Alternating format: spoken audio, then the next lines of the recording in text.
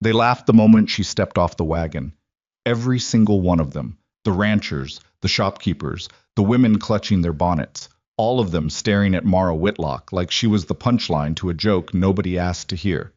Curvy, dusty, and trembling in boots that didn't quite fit, she stood in the middle of Coldridge Settlement with nowhere to hide and nowhere to run. And then the biggest, most feared man in the mountains stepped forward, looked her dead in the eyes, and said 5 words that stopped the world cold. She's the one I chose. Ati isse. If this story already has you hooked, hit that like button, drop a comment with the city you're watching from, and let's see just how far this story travels. Now settle in. This one's going to take a while, and every single minute is worth it. Chapter 1. The wagon came down from the ridge just after noon, and by the time its wheels hit the frozen mud of Coldridge's main road, half the settlement had already gathered to watch. Word had spread the way. Word always spread in a place like this. Fast, mean, and without asking permission. Rowan Creed, the mountain hermit himself, the man who hadn't spoken more than 40 words to any human being in 3 years, had sent away for a bride. A mail-order bride. The news had landed in Coldridge like a stone thrown into still water, and the ripples hadn't stopped since. Nobody could quite believe it. Rowan Creed, of all people. I was the kind of man people whispered about but never approached directly. Stood 6'4" in his boots, with shoulders built like a barn door, and hands that had pulled a wolf off a calf barehanded, or so the story went. He didn't drink at the saloon, didn't gamble at the back tables, didn't tip his hat, and make small talk the way the other ranchers did. He came into town once every few weeks for supplies, paid what he owed in silence, and rode back up the mountain before anyone worked up the nerve to say something stupid to his face. 3 years of that.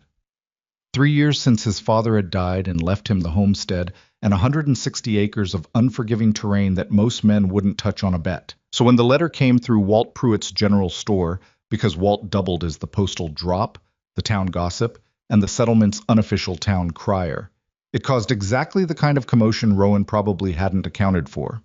Arrangement made. Woman arriving 4th week of November. Mara Whitlock, age 26, from Clement Falls. That was it. That was all the letter said, according to Walt, who absolutely had not read it before handing it over and absolutely told everyone in Coldridge its contents by supper time. Clement Falls. Nobody in Coldridge knew the place. Someone said it was a coal town east of the valley. Someone else said it was practically a ghost town. Either way, the name meant nothing. But the idea of Rowan Creed taking a wife meant everything, at least to the kind of people who had too much time and not enough to fill it with. Agnes Hartley had been the first one to say what most people were quietly thinking. A mail-order bride, she'd said, in that particular tone she used for things she found both fascinating and appalling. Lord, what kind of woman does a man like that end up with? And so when the wagon finally appeared at the top of the ridge road, maybe 30 people found themselves with urgent reasons to be standing near the main road at noon on a Tuesday. Mara Whitlock was the only passenger. She sat on the bench behind the driver, a wiry old man named Carver, who hauled supplies and, apparently, people, between Clement Falls and the mountain settlements twice a month. She had one trunk. It wasn't large. She had a coat that had been good quality once, maybe 5 or 6 winters ago, before the cold had bleached the color out of it and the wear had softened the elbows into something past saving. Her hat was plain brown wool, pulled low. Her hair, dark, almost black, was pinned up beneath it in a way that had probably looked tidy when she'd fixed it that morning and had slowly lost the argument with the wind over 30 miles of mountain road. She wasn't what anyone expected. People had imagined all kinds of things in the 3 weeks between Walt's announcement and the wagon's arrival. Desperate, plain, young, and foolish. The guesses had been varied, but none of them kind. The reality of Mara Whitlock was something none of them had put into their imaginings. She was a full-figured woman. There was no polite way around it in a settlement that didn't deal much in polite. With a round face and dark eyes that took in the gathered crowd, with an expression too controlled to be called calm and too steady to be called afraid. She was built solidly, the kind of woman who took up actual space in the world. And in the cold air with the wind cutting down from the peaks, she looked about as out of place as a parlor chair set in the middle of a sheep pasture. She saw them looking. Of course she did. 30 people don't exactly hide. Carver pulled the wagon to a stop, wrapped his reins, and climbed down without ceremony. He went around back and started unstrapping her trunk. Mara sat there for a moment longer than she needed to, and later, much later, she would admit she was trying to decide whether to get down or tell Carver to turn around and take her back. She got down. The step was higher than it looked, and she miscalculated, landing heavier on her right foot than she intended, and the mud squelched loud enough for the nearest 6 people to hear. Someone laughed, a short, sharp sound, immediately swallowed, and Mara straightened up and brushed the front of her coat and said nothing. Coldridge? She asked Carver, though she clearly already knew the answer. Cold as the name says, he replied, not looking at her, already hauling the trunk down. Helpful man. Mara looked at the crowd. The crowd looked back. Nobody said anything useful. A few people whispered to their neighbors. Young Tommy Pruitt, Walt's 16-year-old, said something to the boy next to him that made both of them laugh in that bright, cruel way. Boys that age laughed at things they thought were beneath them. Agnes Hartley had one hand pressed to the base of her throat, which was her habitual pose for situations she found outrageous. Darlene Voss, who ran the laundry and had the loudest voice in the settlement when she chose to use it, said, not quietly, "Well, that's the woman Rowan sent for." The silence that followed was the worst kind, the kind people filled with their own conclusions. Mara had spent 26 years accumulating silences like that one. She knew exactly what it meant. She had been too heavy since she was 12 years old, and the world had made very sure she understood what it thought about that, in ways large and small and sometimes spectacular in their cruelty. Teachers who arranged seating and somehow always put her in the back. Neighbors who stopped inviting her to things. A man in Clement Falls, she didn't let herself think his name anymore, who had told her she ought to be grateful anyone looked at her at all, and who had said it the way people said things they believed were simple truths. She knew what Darlene's silence meant. She knew what the whispers meant. She knew what Tommy Pruitt's laugh meant. She was looking for Rowan Creed. She'd seen a photograph, a small, cheap one, taken at a photographer's studio in some town east of here, probably on the same day he'd signed the arrangement papers. He'd looked uncomfortable in it, the way people who didn't get their photograph taken often looked. Stiff, slightly annoyed, somewhere between resigned and defiant. But she had noted the face. Strong jaw, dark eyes, a beard that wasn't decorative, the particular set of his shoulders that the photograph had managed to capture, even though it had tried to make him look respectable. She didn't see him in the crowd. For one terrible, stomach-dropping moment, she thought he wasn't coming. That this was the whole of it. She would step off a wagon into a town full of strangers who already hated her, and the man who had sent for her simply hadn't bothered to show up. And then the crowd shifted. People moved, not all at once, but in the way people moved when something behind them required more space than it was currently being given. And Rowan Creed walked through the gap between them like a man walking through his own kitchen, with no particular hurry and no acknowledgement that 30 people watching him was anything worth adjusting himself for. He was bigger in person. The photograph had lied about the scale of him. He wore a coat that had seen serious work, thick dark wool, trail dusted, and a hat that he'd clearly owned long enough to stop thinking about. His beard was fuller than the photograph suggested. He walked with the unhurried, ground-eating stride of a man who spent most of his life covering terrain and had stopped wasting energy on anything decorative. He stopped maybe 6 feet from Mara.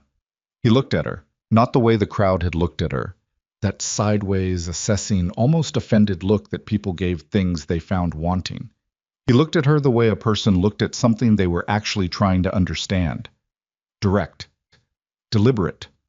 And something else that Mara, in that first moment, couldn't quite name. The crowd had gone quiet again, but this time it was a different kind of quiet. Waiting. Rowan said, "You're Mara Whitlock." It wasn't a question. "I am," she said. Something happened in his face. Not a smile, she would have called it a smile, but it wasn't quite. More like the particular settling of features that happens when something confirms what a person already suspected. Then he turned around, turned to face the crowd. Took his time letting his eyes move across them, settling on no one and everyone at once, and said 5 words, low and plain, and carrying in the cold air with the absolute certainty of a man who did not say things he didn't mean. "She's the one I chose." Nobody laughed. Not Tommy Pruitt, not Darlene Voss, not Agnes Hartley, whose hand was still at her throat. Nobody. Rowan turned back to Mara, looked at her trunk on the ground, and said, "I'll get that." He picked it up without ceremony and started toward where his horse stood hitched at the rail near the general store. And after a single breath, in which Mara made a decision she couldn't entirely explain even to herself, she followed him. Behind them, Coldridge Settlement started talking all at once. Chapter 2.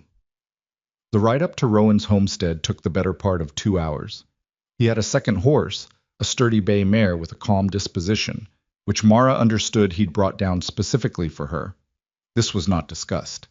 He tied her trunk to his own horse's saddle in a configuration that looked impractical and held anyway, and Mara climbed onto the bay without being helped and without making it a moment.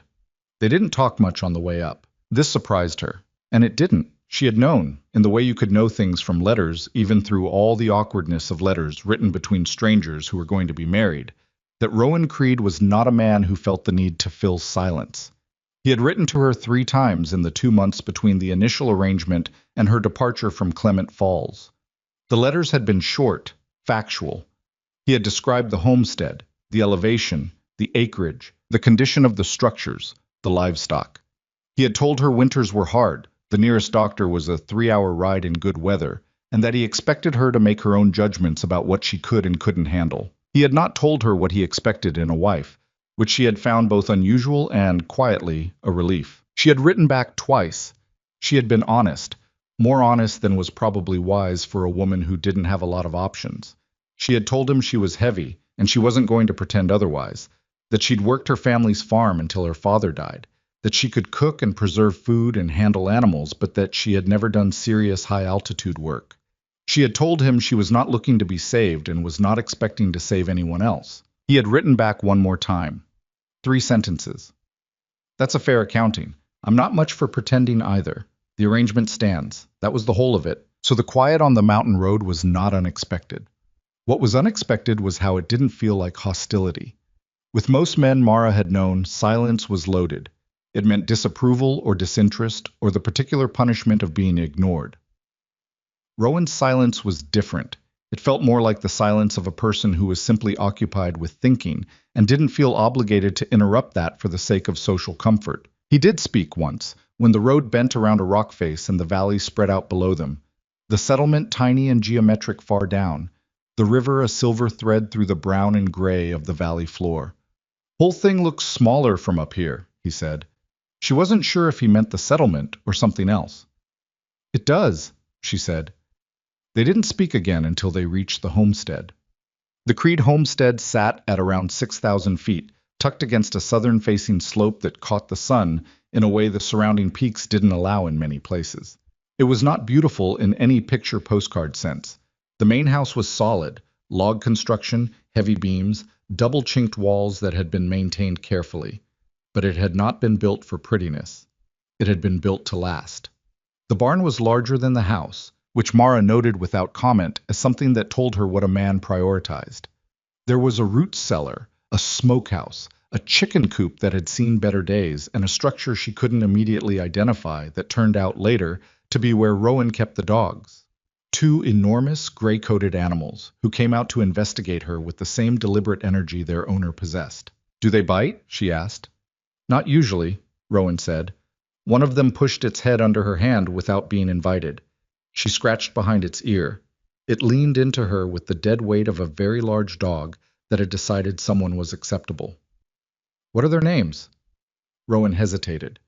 The hesitation was interesting. The first thing she'd seen that seemed to cost him something. "Fletcher and Dunn." "After people?" "After people," he confirmed, not offering more. She didn't ask. He showed her through the house with the same economical efficiency as everything else about him. Here was the kitchen. Here was where the wood was kept. Here was the root cellar access. Here was the bedroom. He said this with no particular inflection, as though it were just another room, and then stood in the doorway with his arms folded while she took in the space. It was plain. A bed, solid wood frame, decent mattress from the feel of the edge when she pressed it. A wardrobe. A window with real glass, which up here at this elevation was not nothing. "I'll take the loft," he said, "until you want otherwise." Mara looked at him. He looked back. Waiting, she realized, for her to find something objectionable in the arrangement. When she didn't, he nodded once, like that was settled, and went back through the kitchen. Mara stood in the bedroom for a moment alone. She sat on the edge of the bed. The mattress was better than she'd expected. She put her hands on her knees and looked at the grain of the floorboards, and let herself feel, privately and fully, the thing she had been holding at arm's length since the wagon rolled out of Clement Falls 3 days ago, which was the compound terror of a decision that could not be undone, arriving in a place that had already made clear she wasn't wanted, and having to find a way to survive in it anyway. She'd been terrified before. She knew what it felt like. It felt like this. She sat with it for about 2 minutes. Then she heard something heavy, an iron shift in the kitchen. Rowan moving the kettle. She identified it eventually. And she stood up, unpinned her hat, and went to find where he kept the coffee. Chapter 3. The first 3 weeks were a careful, almost formal negotiation conducted mostly in shared tasks. There was plenty of work, which helped. The homestead ran on effort. There was no slack in it, no hour of the day that didn't have something requiring attention. Animals at dawn, wood before the temperature dropped, checking traps in the afternoon, inventory of the root cellar that Mara undertook on her own initiative, and that Rowan came in to find her hip deep in, rearranging with a system that she explained to him in terms he didn't argue with. He worked. She worked.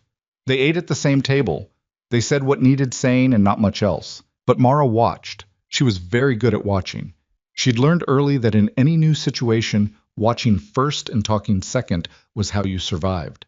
She watched how Rowan moved through the homestead, what he checked first in the morning, where his attention went when he was thinking. She watched how he was with the dogs, which was notably gentler than how he was with most things. She watched how he handled the horses. Competent, confident, but with a patience that was real, not performed. She watched, and she started to understand things. I was not, she decided in the second week, a man who had arranged for a mail-order bride because he wanted a servant. She had been prepared for that, had built internal defenses against it during the 3 days of travel, had decided precisely what she would and would not accept. But it wasn't that. He did not give her orders. He said things like, "The south fence line needs checking this week, if you wanted to go." Not go check the fence. He said, "I made enough stew for 2.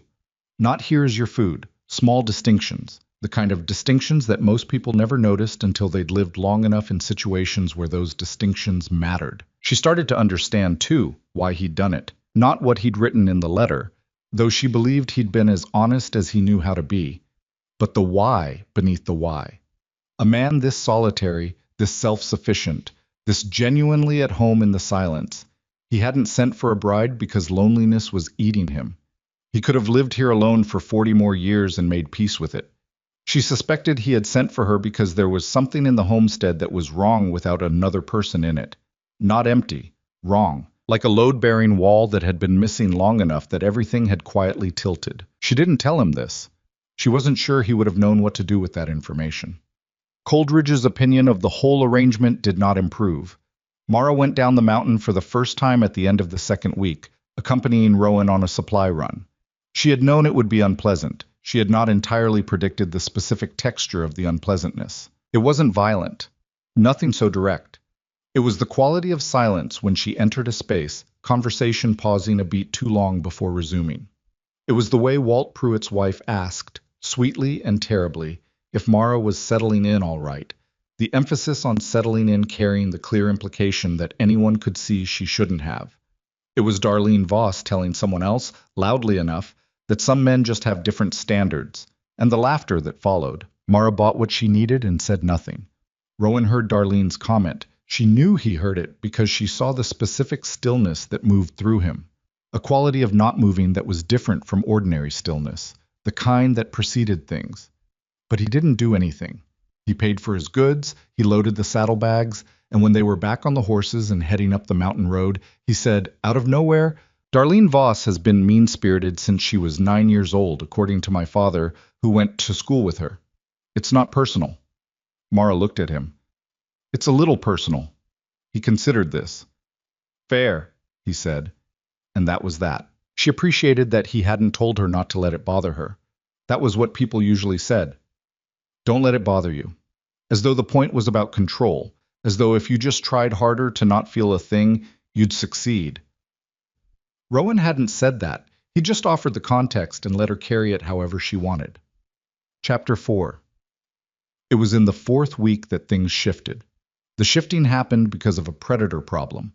A mountain lion that had been working the area for about a fortnight, hitting smaller homesteads further south before turning north. Rowan had known it was out there. He'd found tracks and sign, and he'd set a pattern of checks that Mara had incorporated into her own daily routine without being asked. She found the first clear indication of the lion's territory shift on a Tuesday morning, doing the early check of the far pen. There was a ewe dead against the fence. Not taken, but killed, which was unusual. Mountain lions took what they killed. This one had killed and left, which meant either it had been disturbed or it was sick, or something else had frightened it off. She followed the tracks. She should not have done this alone. She knew that even as she was doing it, the knowing sitting alongside the doing in the same way it always did when she made decisions that were arguably unwise but felt immediately necessary. The tracks led east, away from the main buildings, into the heavier timber where the slope got steep and the ground was hard with frost. She followed them for about 3/4 of a mile before she heard Rowan behind her. She'd been so focused she hadn't heard him come up. "The tracks turn here," she said, without turning around, because she wasn't going to pretend she hadn't been doing exactly what she'd been doing. He came up beside her, looked at the ground.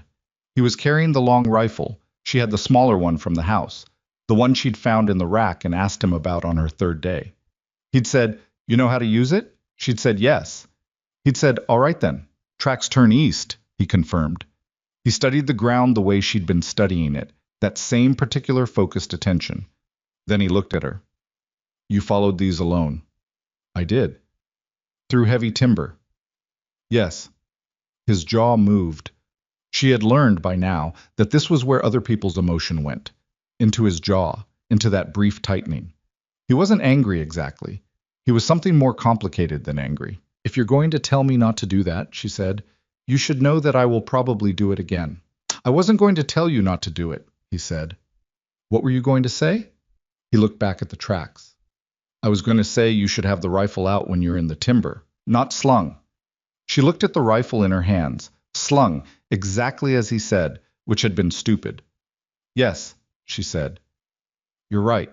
They tracked the lion together for another mile before Rowan determined it had moved on, the tracks heading south again, back toward territory it knew. They turned back toward the homestead. On the way back, with the cold working its way through her coat in the way it did in the later morning when the wind came down from the peaks, Mara said, "How long have you been on this mountain?" "Born here," Rowan said. "My father built the homestead. I've left, came back." "Why did you come back?" Another jaw movement. Thinking or deciding how much to give. There wasn't anywhere else that made sense. She thought about that for a while. The timber thinned and the homestead came into view below them. The dark line of the roof, the animals moving in the pen, Fletcher and Dunn's gray shapes near the barn door. "That makes sense to me," she said. He glanced at her. Not a long look, sideways, brief, the way he looked at things he was assessing without wanting to be seen assessing. "You miss where you came from?" Clement Falls. The coal dust in the air and the low gray sky, and the house that had stopped being a home 2 winters ago, and the faces of people who had known her all her life and made her feel like she was always doing it wrong somehow. "No," she said honestly. "Not particularly." They didn't speak again until they reached the barn. But something had changed. She felt it in the way that you could feel weather changing before the visible signs arrived. Something in the air, some shift in pressure that didn't have a name yet, but that was real. Chapter 5. The thing nobody in Coldridge wanted to consider was that Mara Whitlock was quietly extraordinary at staying alive in places that were trying to kill her. Not obviously, not dramatically. She didn't perform competence for an audience. There was no audience. There was just the mountain, every day, with its specific and unforgiving demands, and Mara met those demands with the same steadiness she brought to everything. Not easily, not always, but consistently. She learned to read the frozen ground for water. Rowan had shown her once, the way the frost patterns told you where the underground flow was, and she had filed the information and gone back out and tried it herself 5 times before she trusted her eye. By the end of the first month, she was better at it than she had any right to be. She rebuilt the chicken coop. This she did entirely on her own, over 3 days, using materials from the barn and a technique she had worked out from first principles and sheer stubbornness. The result was not beautiful. It was, however, airtight, predator-resistant, and significantly warmer than what had been there before. Rowan walked around it once, touching the corners, checking the latch. He said, "This is good work." It was the most plainly positive thing he had said to her. She held it carefully, the way you held something that might be more fragile than it looked. She learned the traps, where they were set, how they were set, the rotation schedule Rowan used. She took over half the trap line by the end of the first month, managing it without being asked and without making it into a presentation. She checked them, reset them, recorded what she found in the small notebook she'd started keeping in her coat pocket. Rowan found the notebook once, she'd left it on the kitchen table, and looked through it with an expression she couldn't read. "You're mapping the trap line," he said. "I'm mapping all of it. The water, the shelter spots for the animals, where I've seen predator sign. It helps me remember." He turned the pages carefully. "This is useful," he said, which was apparently what he said when something was more than useful, but he didn't have the vocabulary for more than useful. She started understanding what had happened to him. Not the full story.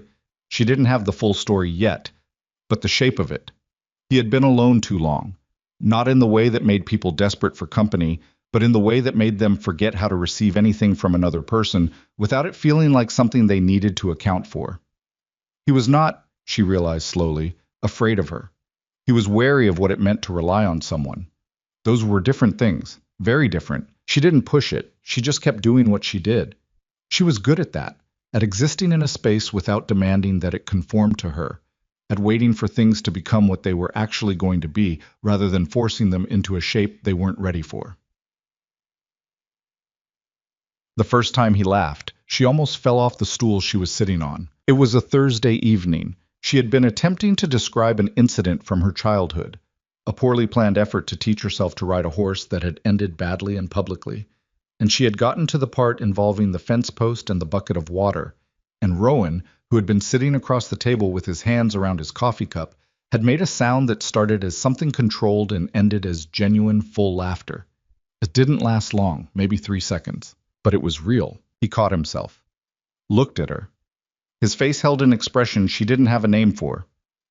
"Sorry," he said. "Don't be," she said. "It was funny.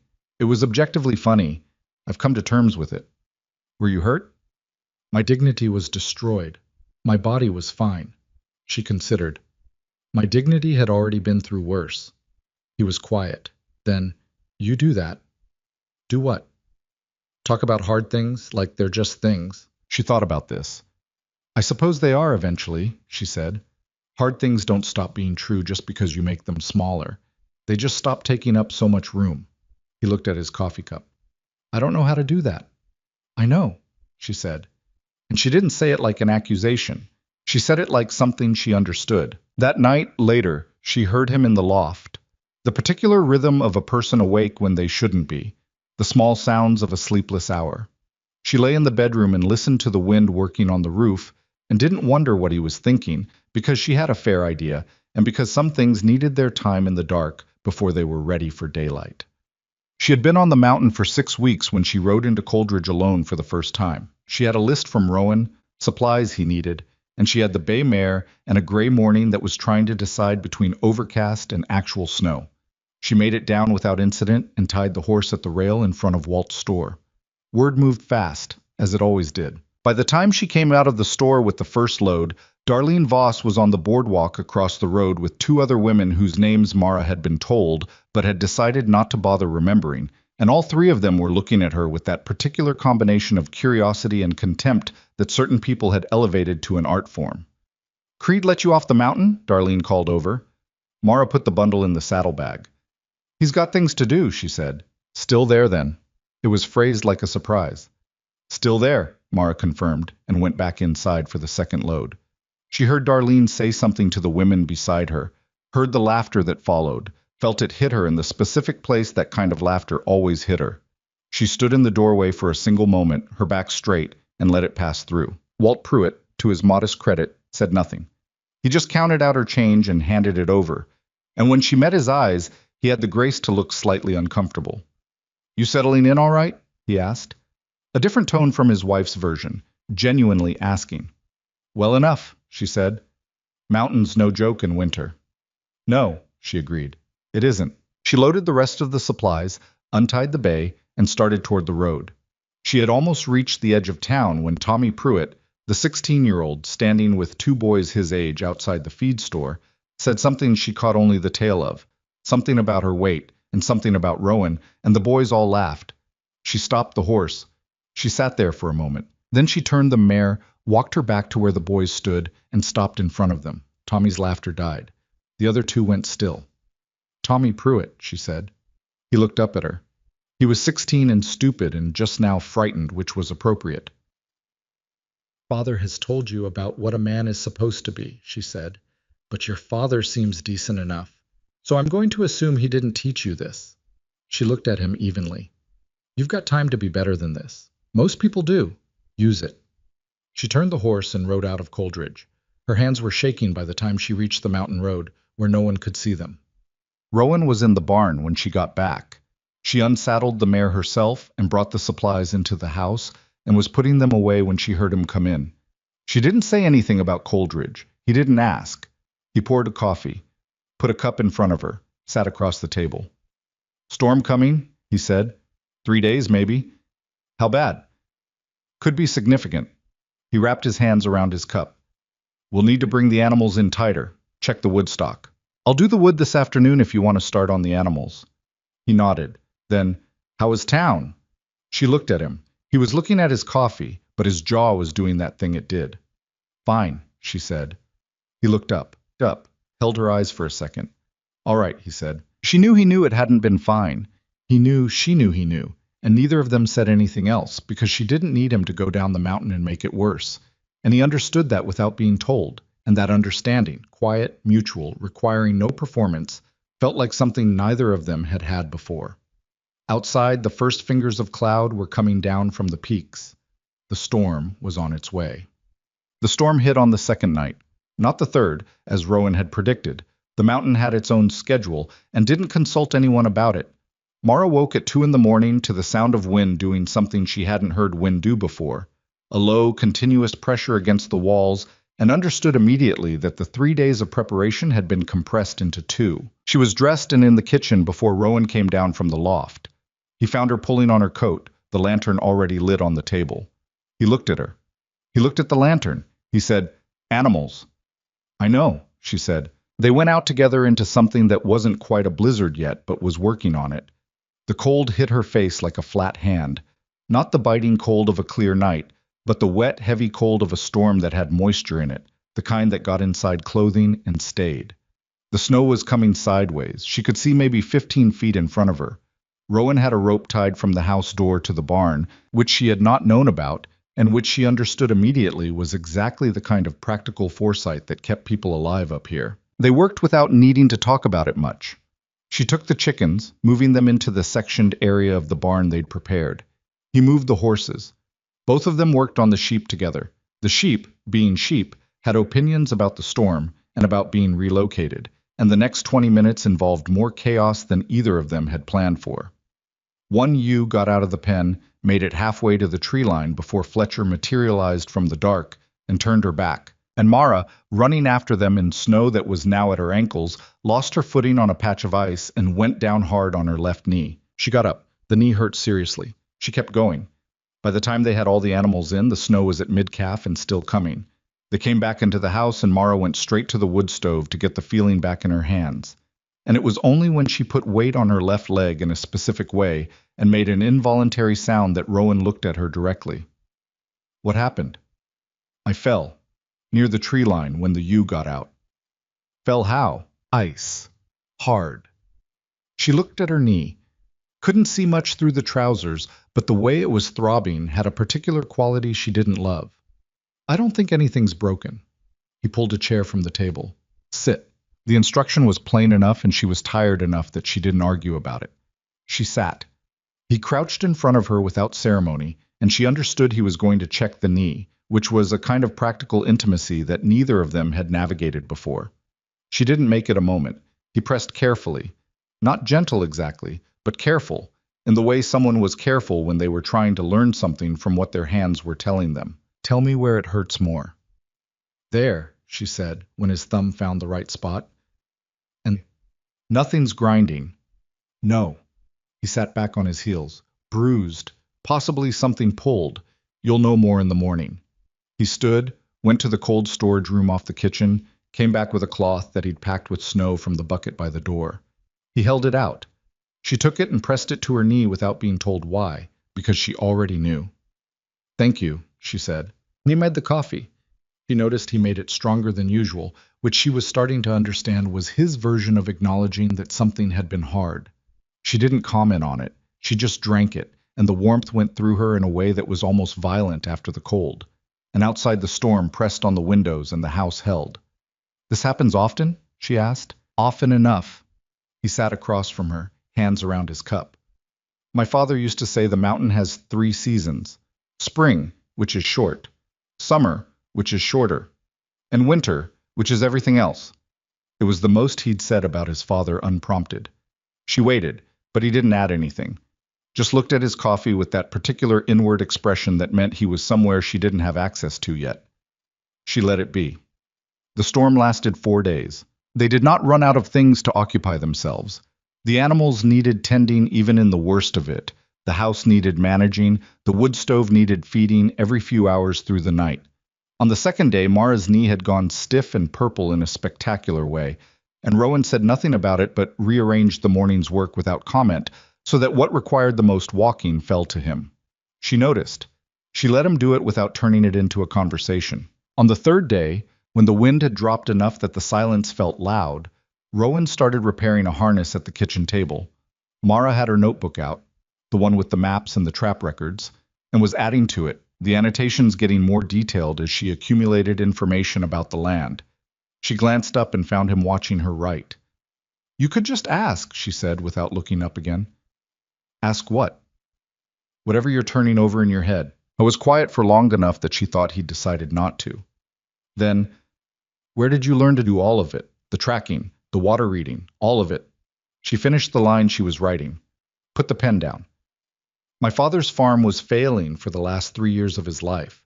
We couldn't afford to hire anyone, so I figured out what needed figuring out. She looked up. Necessity is a very effective teacher. That's one way. What's another? Having someone who doesn't mind taking the time. She understood he meant his father. The way he said taking the time had a quality to it. Not grief exactly, more like an old bruise in a place you forgot about until you pressed it. She thought about asking. She thought about the several things she still didn't know about Rowan Creed, the spaces in what she understood about him that she'd been carefully not pushing at. She said, He taught you everything up here. Near enough. And your mother? Left when I was 4. I don't remember her clearly. He said it the way he said most things. Straight, without decoration, without inviting pity. Mine died when I was 9, Mara said. I remember her very clearly, which I think might be harder in some ways. He looked at her steadily. Yeah, he said. I think it probably is. The harness lay still on the table between them. Outside, the storm was finally losing its argument with the mountain, the wind pulling back, the snow settling. She would have liked this, Mara said, and she hadn't meant to say it out loud, but she had. Your mother. She liked people who did what they said they'd do. Mara looked at her notebook. She didn't have much patience for the other kind. And your father? How was the other kind, mostly? She said it without bitterness. Just a fact. He was a good man who had trouble doing what he said he'd do. They balanced each other out while she was alive. After, she stopped, picked the pen up again.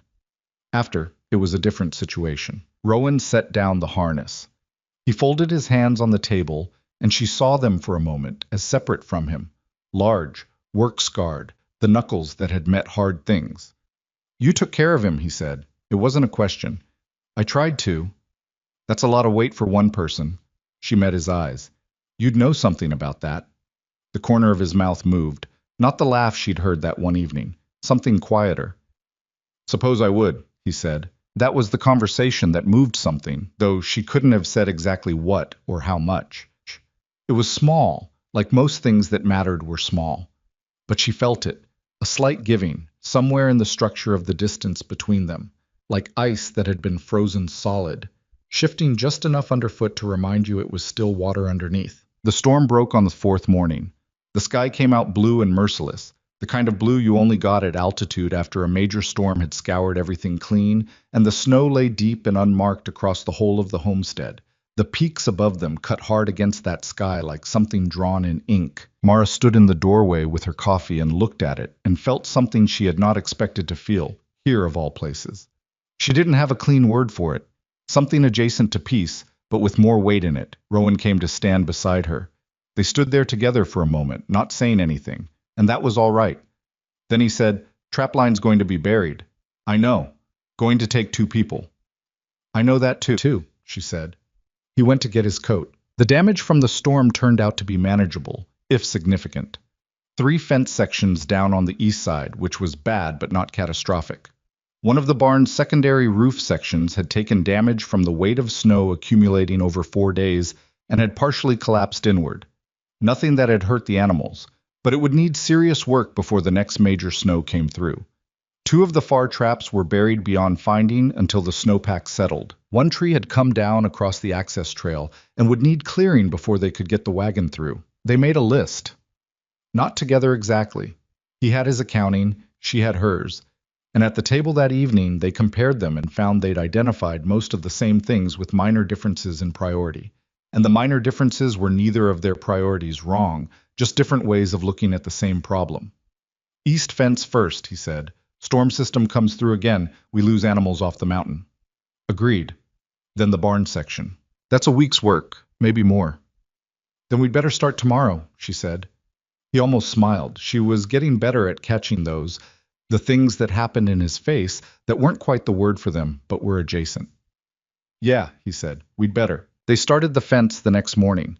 It was brutal work in deep snow, digging out post holes that had been frozen before the storm and were now under 18 inches of pack, resetting posts, restringing the wire with fingers that lost feeling in 20-minute intervals, and had to be warmed before you could trust them again to do the fine work. Mara's knee complained seriously for the first 2 days, and then settled into a dull, manageable protest that she worked around. On the second day of fence work, she heard horses on the lower trail. She straightened up. Rowan was 20 feet away, his back to the trail, working a post back into true. She looked down the slope and saw 2 riders coming up through the trees.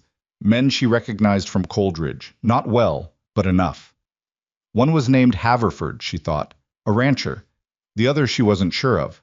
Rowan turned when he heard the horses. The 2 men pulled up at the fence line. Haverford had that particular expression men wore when they were delivering something they'd been working up to. Mara had seen that expression enough times to know it came with a range of contents, most of them unpleasant. "Creed," Haverford said. "Haverford." Rowan set down his tools. "You're a long way from your spread. Storm brought some things to light. There's talk needed among the landholders up here." Haverford's eyes moved to Mara. They stayed there a beat too long. "Didn't realize you'd bring company." "She's not company," Rowan said. His voice hadn't changed at all. Same flat, plain register. "She lives here. You can say what you need to say." Haverford shifted in the saddle. He didn't look comfortable with the arrangement, but he was also apparently smart enough to pick his battles with Rowan Creed. "There's been problems south of here. Hendricks lost a section of his land, some kind of legal challenge, paperwork filed in the county seat. Before the storm came through, he's not the first." He looked at Rowan more directly now. "Word is there's a group working the mountain properties. Buying up debt, filing challenges, pushing people out. Small operations first, then they work up." Rowan was very still. "What group?" he said. "Don't have a name yet. Hendricks is trying to get paperwork from the county. But they're organized. They've been at it since spring, probably. Most of us didn't notice until the storm gave us time to compare." Mara had stopped pretending to work on the fence. She was listening with the full attention she brought to things that mattered. Land syndicate. Buying up debt and filing legal challenges. That was how you cleared a mountain of small homesteaders without needing guns. Slower, quieter, more expensive to fight. "When's the meeting?" Rowan asked. "Saturday. Habershaw's barn. You come?" Haverford's tone suggested he wasn't sure Rowan would. "I'll be there," Rowan said. Haverford nodded. His eyes went to Mara one more time, with something she couldn't quite read. Not contempt, exactly. More like adjustment. Like he was revising something he'd filed away. Then he turned his horse, and both riders went back down through the trees, and the sound of hoofbeats faded into the snow. Mara looked at Rowan. "You knew something was happening," she said. Not an accusation, a read. "Suspected," he said. He picked up his tools. "Didn't have the shape of it. Now you do."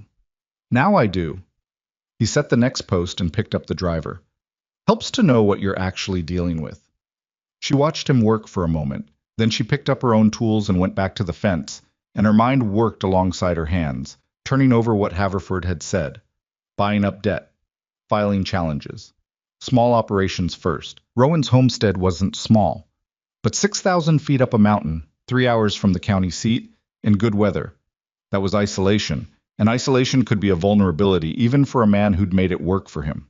She said, "Do you have your deed papers? Your father's original title?" He paused.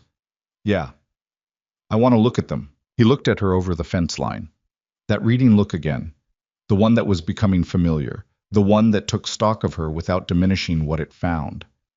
"All right," he said. That night she sat at the kitchen table with the deed papers and a lamp pulled close, reading carefully.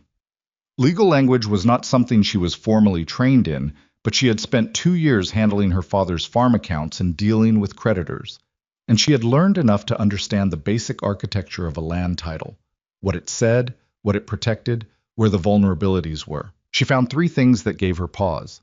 Not problems exactly, not yet, but places where the language was old enough and ambiguous enough that a sophisticated legal challenge could find purchase.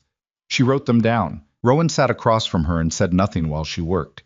He had the dogs on either side of him, which was where they went when the night was cold. And Fletcher had his head on Rowan's knee, and Rowan had one hand on the dog's neck in the absent way of a man who didn't think of himself as needing comfort, but had arranged for it anyway. Finally she looked up. "These 3 sections of the title," she said, and slid the paper across with her notes beside it. "If someone wanted to file a challenge, these are where they'd do it." He studied her notes. His expression shifted through several things. "My father filed these papers in 1871. The language was less precise then. It doesn't mean you'd lose a challenge. It means you'd have to fight one." She met his eyes. "You need a lawyer to look at this before Saturday. Someone you trust." "Nearest lawyer is in Harmon Falls." "How far?" "Day and a half ride," she calculated. Thursday to Harmon Falls. Back by Saturday if the roads were clear. It was tight. "You should go," she said. He looked at her. Then at the homestead around them. The barn work still unfinished, the fence not fully done. The 100 things that needed his hands.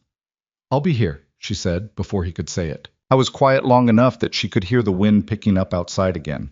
Just a suggestion this time, not a threat. Fletcher shifted under his hand. The lamp threw its small yellow light across the table and the papers, and the 2 of them sitting across from each other, and the homestead felt, in that moment, like a thing worth protecting. "You'd be alone up here," he said. "I've been alone before. Not at 6,000 feet with predator signs still fresh and the fence line not finished." "No," she admitted. "Not exactly like that." She held his eyes. "But you need that lawyer, Rowan. This is your land. Whatever else, it's yours, and it should stay that way." He was still looking at her, and she saw him making the particular calculation she was coming to know. The weighing of risk against necessity. The trust that didn't come easily and wasn't given lightly. "I'll leave at first light Thursday," he said. "I'll finish the east fence. Leave the barn section." "I know my limits," she said, which was a stretch, but he let it go. He gathered the papers and folded them with the same care he brought to things he valued. Then he looked at her across the lamplight, and whatever he was going to say he didn't say, just held it for a moment, something complicated and real moving through his face. And then he called the dogs and went upstairs to the loft. Mara sat alone at this table for a while after. The lamp burned low. Outside, the mountain was cold and dark and patient, the way it always was, waiting to see what the people on it were made of. She thought she was starting to find out. Rowan left before the sky was fully light.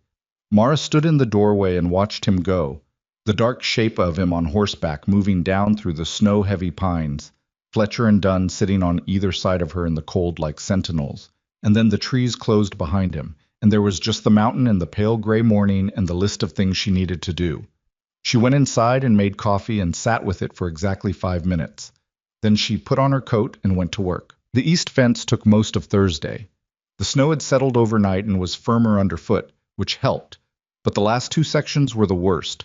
A corner post that had been stressed before the storm and had come all the way out of the frozen ground, and a stretch of wire that had snapped under the weight of snow accumulation and needed replacing from the spool in the barn.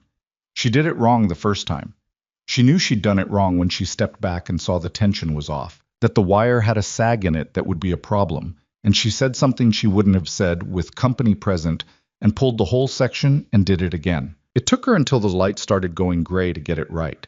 She came in, fed the animals, made something quick and not very good out of what was available in the kitchen, and sat at the table with her notebook. Her hands hurt. Her knee had gone past protest into a dull, constant conversation she was trying not to engage with. She ate and made notes and tried not to think about what Rowan was or wasn't finding in Harmon Falls. Fletcher pushed the door open from where she'd latched it improperly and walked in and settled himself across her feet, which she allowed because she was tired and because the warmth was not nothing. She slept heavily that night and didn't dream, which was a mercy. Friday she did the remaining trapline sections.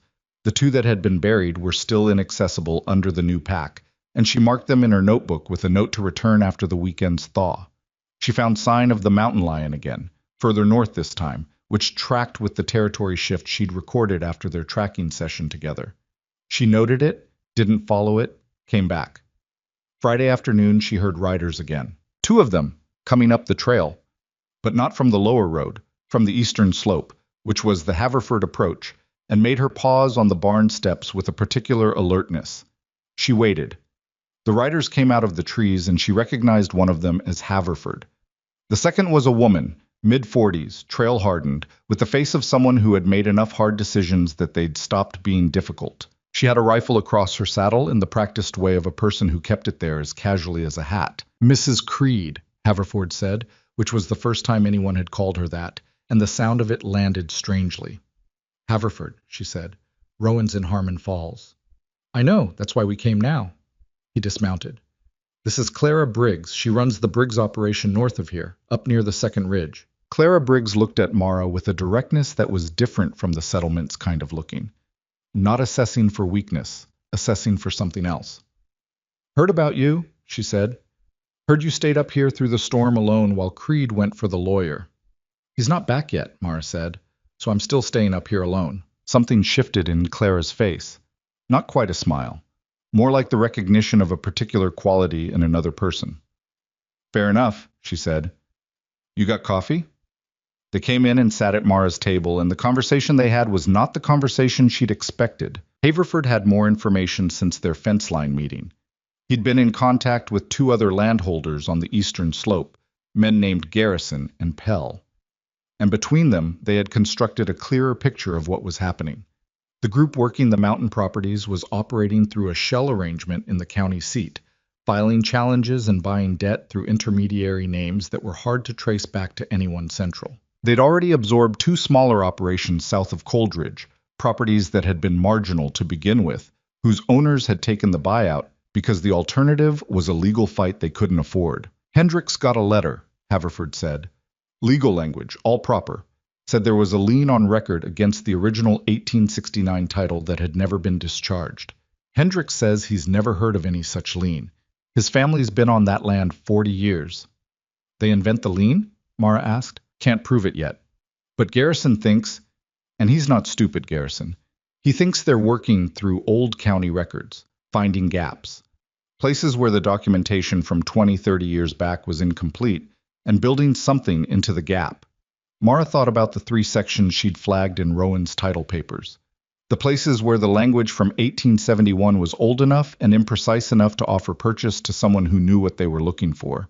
"How many operations are they targeting?" she asked. "That we know of? 7, that we suspect?" Haverford exchanged a look with Clara. "Most of the mountain." The room was quiet for a moment. Outside the wind moved through the pines, a sound she was becoming fluent in. This was the easy register, not a threat, just the mountain breathing. Clara had been watching Mara throughout the conversation with that same considering attention. Now she said, "You looked at Creed's papers." "I did. And?" "There are 3 sections of the title that would be vulnerable to the kind of challenge you're describing, which is why he went to Harmon Falls." Clara nodded slowly. "Mine has 2, she said. I found them myself. 3 days after Haverford came to see me. I've been dealing with my own paperwork for 20 years. I know where the soft spots are. Does everyone going to Saturday's meeting know what they're actually walking into? Mara asked. Haverford made a face. Some of them know there's a problem. Not all of them understand how organized it is. They need to understand, Mara said. If they walk in thinking this is a dispute to be talked out with a neighbor, and it's actually a coordinated legal assault on their property rights, they're going to make bad decisions. She thought about it. Who's running the meeting? Habershaw. His barn. He suggested it. What do you know about Habershaw? Haverford looked slightly uncomfortable. He's been on the mountain 12 years. Decent enough man. Has he had any contact with the syndicate people? Any letters? Any visits? The slight discomfort deepened. I don't know. That's the first thing you need to know before Saturday, Mara said. Not an accusation. But if someone in your group of landholders is in contact with the other side and feeding them information about who's organizing, who's vulnerable, who's talking to lawyers, that changes the meeting considerably. Clara was looking at her with open attention now. You think like someone who's been through this kind of thing, she said. I've been through a smaller version of it, Mara said. Creditors working a failing farm, different scale, same principle. They count on you not understanding what they're doing until it's too late to organize against it. Haverford sat back in his chair. He had the look of a man rearranging internal furniture. We need to talk before Saturday, he said. The landholders who we trust, Garrison, Pell, Clara. You and Creed, if he's back in time. He'll be back, Mara said, with more certainty than she actually had. Could we meet here? Friday evening. He looked around the kitchen, and whatever he'd expected to see in Rowan Creed's kitchen, Mara couldn't guess at the exact content of his expectations, seemed to have been revised. This is further up than Habershaw can see from his ridge. Mara thought about the state of the kitchen, the limited seating, the fact that she had not been consulted about turning the homestead into a planning session for mountain land holders. She thought about Rowan, who had not asked her before accepting the arrangement that brought her here, and who had also been the only one who saw something worth seeing when everyone else was busy laughing. Tomorrow evening, she said. 6 o'clock. I'll have food. Clara looked at her for a long moment.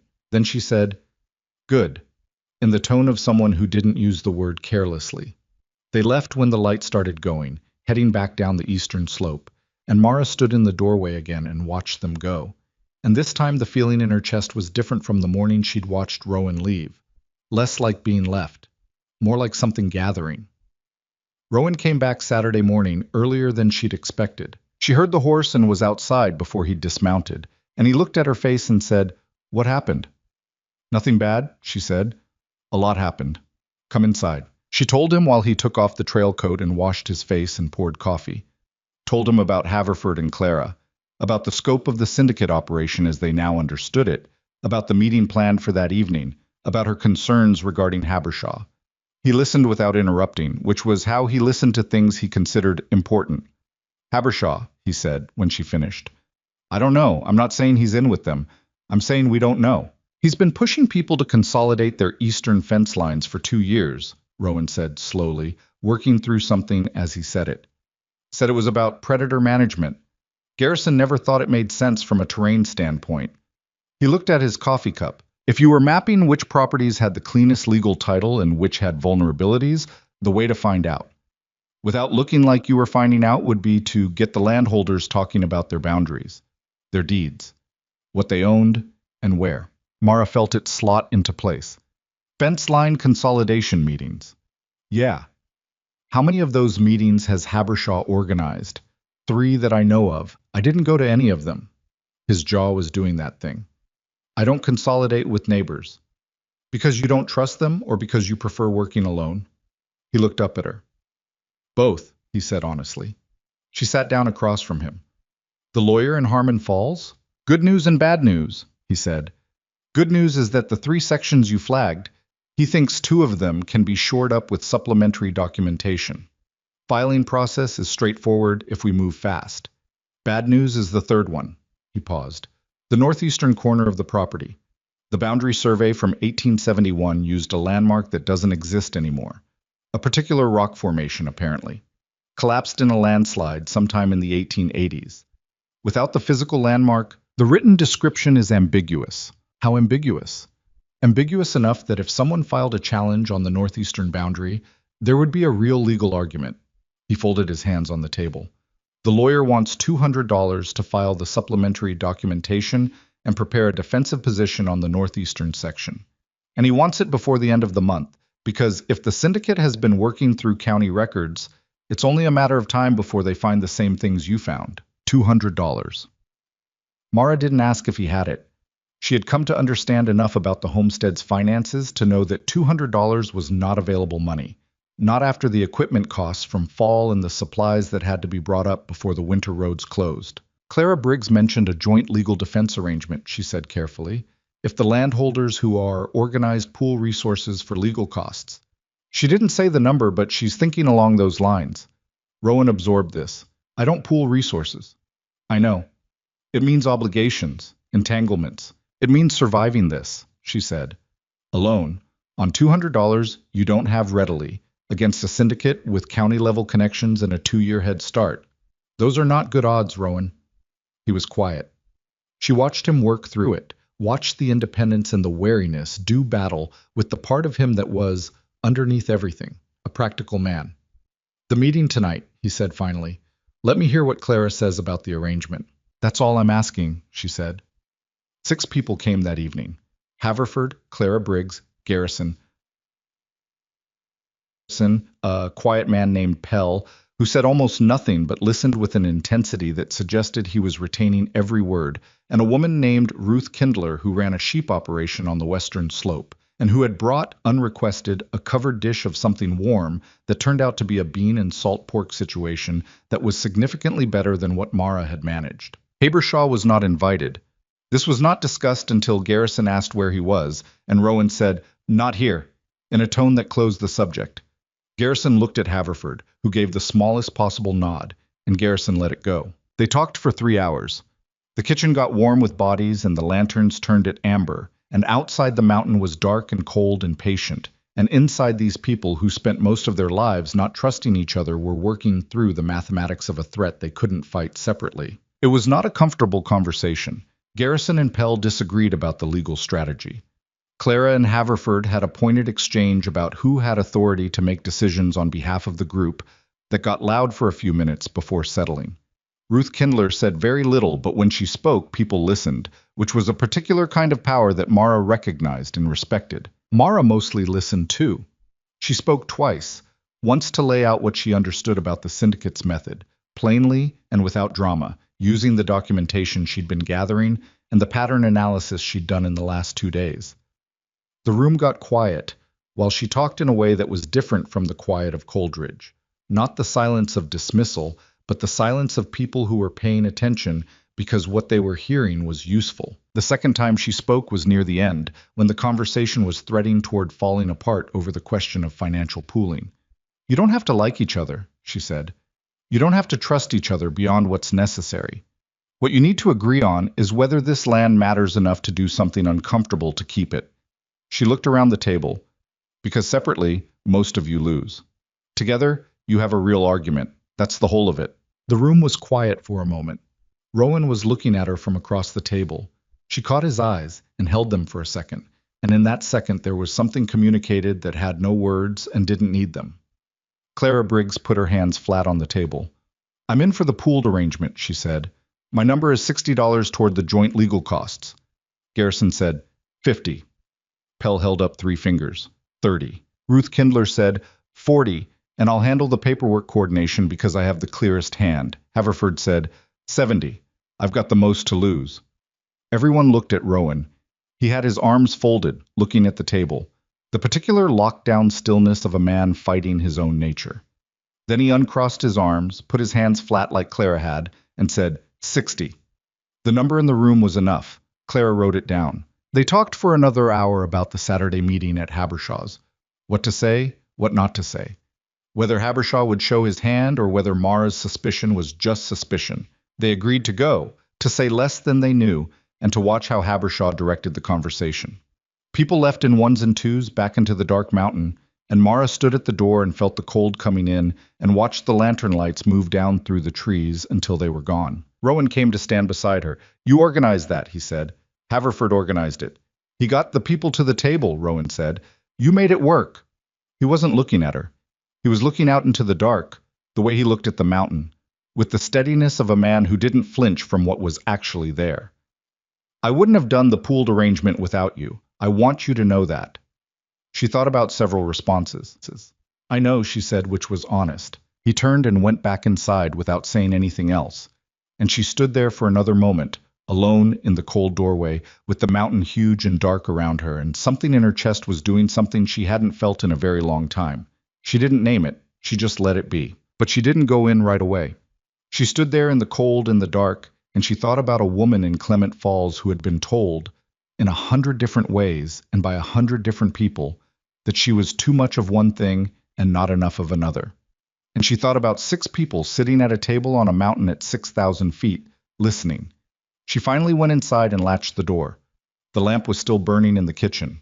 Rowan had left it. She understood, somehow, that he'd done it on purpose, left the light on so she wouldn't come in from the dark to nothing. She sat down at the table with her notebook and started writing down everything she could remember about the conversation, every number, every name, every hesitation that had told her something. She wrote until the lamp started guttering, and then she went to bed, and for the first time since she had arrived on this mountain, she fell asleep without the specific cold weight of not knowing whether any of this was going to work. She still didn't know. But it felt now like a question worth fighting over. The meeting at Habershaw's barn was on a Saturday, and by the time Mara and Rowan rode down through the snow-heavy pines to the valley floor, she had already decided she was going to say as little as possible and watch everything. Habershaw's spread sat on the lower eastern slope. Not mountain land exactly, more like the transition zone where the terrain softened and the timber thinned and the soil got good enough to run cattle without fighting the grade every season. The barn was large, well-maintained, which told you something. A man who kept his barn that well either had money or was trying to look like he did. Mara filed it away. There were already 8 horses at the rail when they arrived. Haverford's bay was there, Clara's distinctive gray. Others she didn't recognize. She counted faces as they went in. 11 people total, including a man she didn't know standing near the far wall, who had the particular stillness of someone who was observing rather than participating. He wasn't a landholder.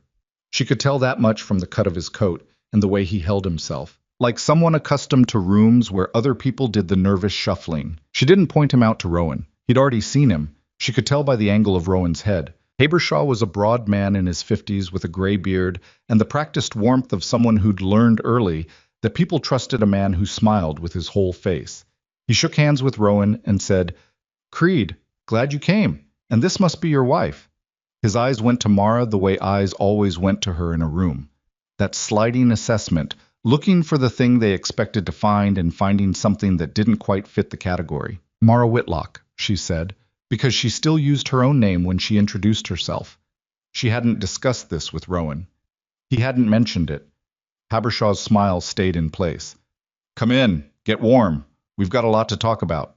They found spots near Haverford and Clara, and the meeting began the way these things always began, slowly, with people establishing their grievances in the particular order of who talked loudest. Habershaw let the room run for a while, which was technique, Mara noted. Let people feel heard before you direct them somewhere.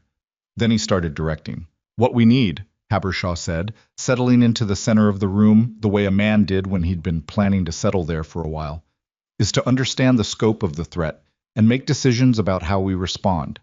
And I think the smartest response, given the legal complexity involved, is a coordinated sale." The room shifted.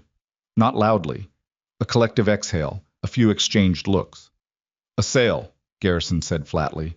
"A negotiated sale, coordinated terms. Better than a forced legal loss."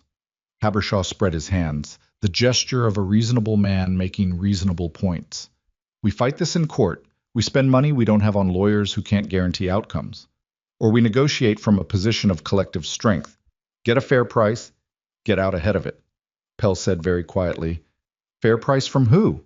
"The group that's been filing the challenges," Habershaw said. "They're not the enemy. They're businessmen. I've had preliminary conversations. You've been talking to them." Claire's voice was not loud, but it cut through the room like a blade through cold water. "How long?" Habershaw's smile didn't waver, but something underneath it did. "Preliminary conversations. As I said, trying to understand the situation from all angles. And they offered you what? Clara said. To get us into a room. The silence that followed was the kind Mara had learned to read. Not the silence of people digesting something, but the silence of people sitting with something they'd suspected and were now watching confirmed in real time. Habershaw's jaw moved. The smile finally came down, just slightly, revealing the structure beneath it. This is about everyone's best interest. The legal situation is difficult. The legal situation, Rowan said, is something most of us have talked to lawyers about. He said it from where he stood near the wall.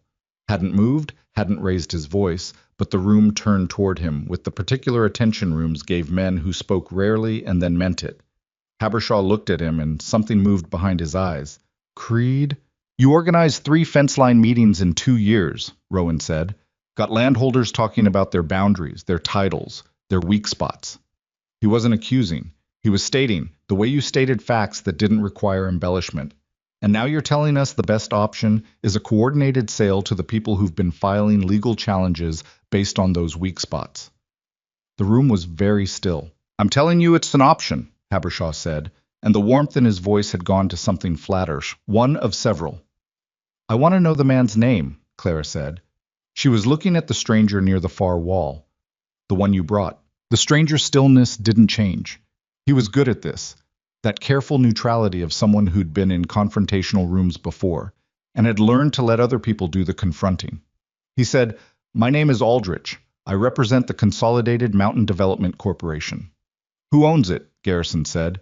That's a matter of public corporate record at the county seat. Which is a way of not answering, Garrison said. Aldrich's expression didn't shift. I'm prepared to discuss terms for a coordinated purchase. You should leave, Mara said.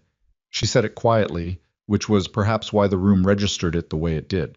Several heads turned toward her. Aldrich looked at her for the first time. That assessing look, calibrating what he was seeing, deciding how much weight to assign it. Ma'am, you came to this meeting without being invited by the people whose land is being discussed, she said. Habershaw invited you, which tells us what we needed to know about Habershaw. But you don't represent anyone in this room, and you never did. And I think you should leave and let the people who actually own this mountain talk among themselves. Aldrich looked at Habershaw. Habershaw looked at the floor. The calculation Aldrich was running was visible on his face. Whether pressing the point served any purpose, whether the room had already turned past where he could redirect it. He picked up his hat from the post beside him. I'll be at the Coldridge Inn through Monday, he said, to the room generally. The offer is time-sensitive. Anyone who wants to discuss terms is welcome. He walked out, and the barn door closed behind him, and the sound of his horse leaving faded up the road. The room turned to Habershaw. Habershaw said, I'm trying to protect everyone here. By selling us out, Ruth Kindler said. It was the first thing she'd said, and she said it without heat, just as a clarification. By finding a realistic solution? Here's what's realistic, Clara said. She opened the document she'd been holding, rolled in her fists since she arrived. Ruth's neat handwriting, the pooled legal defense arrangement they'd drafted Friday night at the Creed homestead.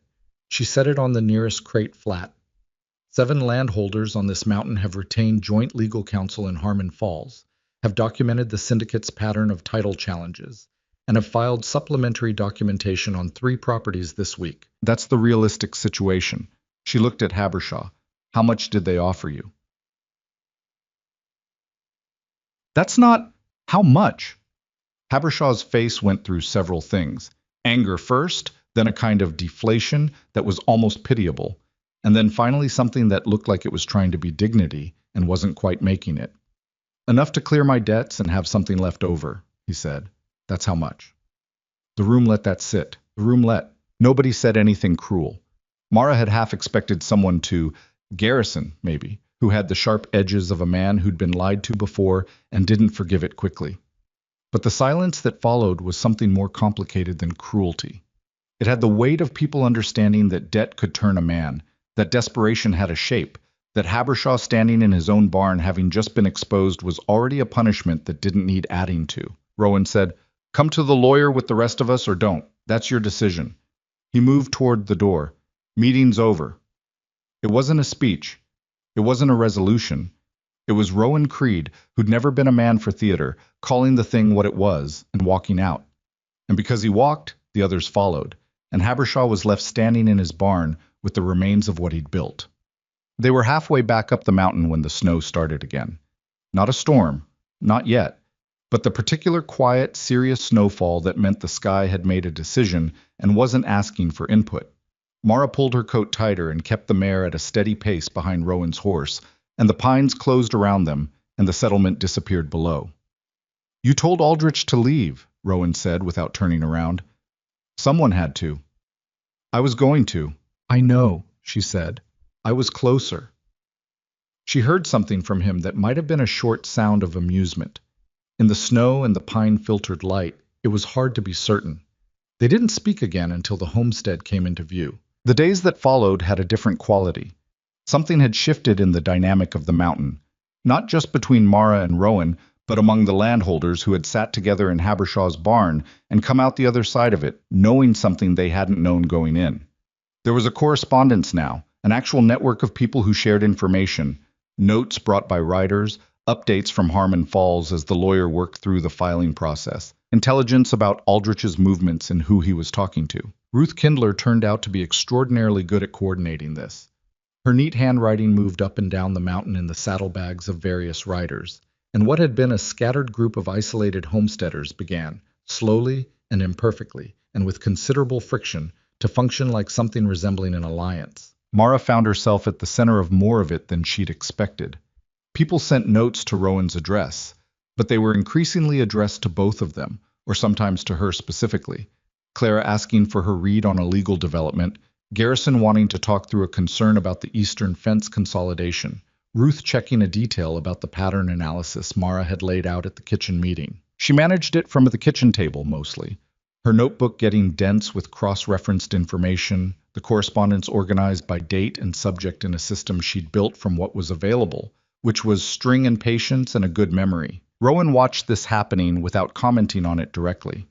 He said once, "You're doing the work of 3 people," and she said, "It's one thing that needs doing." And he looked at her with that reading look and went back to what he was doing. But there were evenings now that were different from the early weeks. The formal, careful distance had compressed into something smaller, something that still had edges, but no longer felt like a barrier. He told her things about the mountain, not instructionally, the way he'd first shown her things, but conversationally, the way a person talked about a place they loved to someone they expected would understand.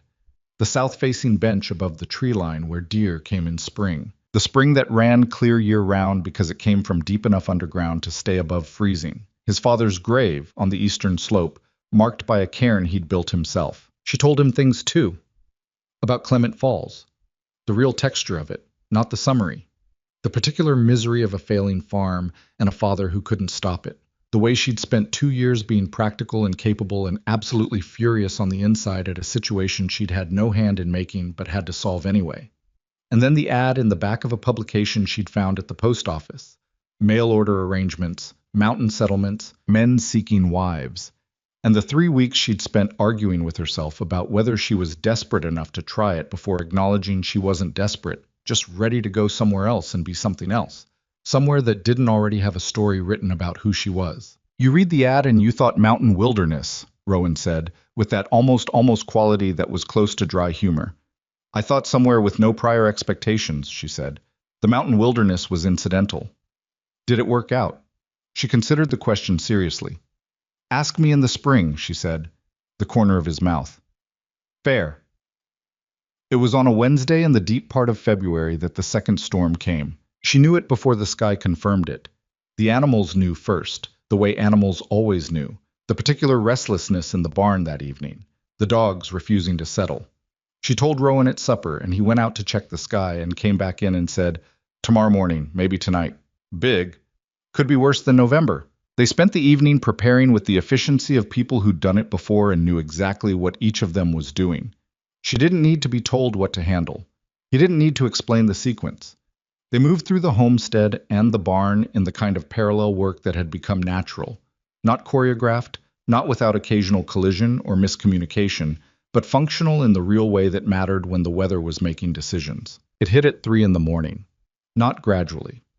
The mountain storms didn't do gradual when they meant business. They arrived with the full weight of what they were, the wind coming down off the peaks in a way that made the house sound like it was working, the deep structural sounds of log walls taking pressure. Mara was awake at the first impact of it, which was a sound she felt more than heard, a change in the quality of the air itself. She was in her coat and at the door when Rowan came down from the loft. "Worse than November," he said. "Yes," she agreed. This storm was different in a specific way. The wind had a direction to it, hard out of the northwest, which drove the snow horizontally rather than down, and meant that the barn door, which faced northwest, was going to have serious problems. They discovered this when Rowan tried to open it, and the wind had packed snow against the base a foot deep in the hours since they'd checked. They dug it out together, in the dark, with the lantern barely reaching 3 feet in any direction, the wind trying to take it twice before Mara got the cover adjusted properly.